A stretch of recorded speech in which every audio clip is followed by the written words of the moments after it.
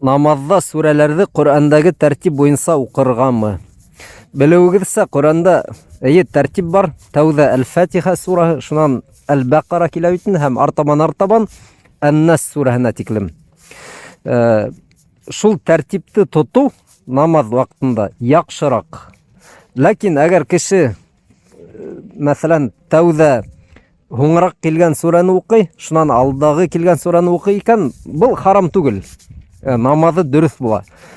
Мәҫәлән, Ихлас сүрәһенән һуң Әл-Фәләҡ сураһы килә бит инде. Намаҙҙа тәүҙә Фәләҡте уҡыһа, артабан икенсе рәкәғәттә Ихласты уҡыһа, намаҙы дөрөҫ. Был харам түгел.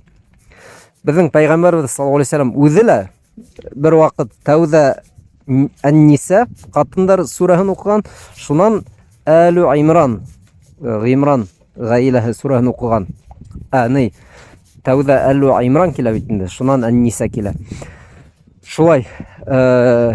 Ләкин ошо тәртипте тотоу ул яҡшыраҡ. Аяттарға килгәндә инде, аяттарҙы бер урындан икенсе урынға күсереү ярамай. Мәҫәлән, Ихлас сүрәһен уҡығанда Ҡул һуаллаһу ахад, Аллаһу самад.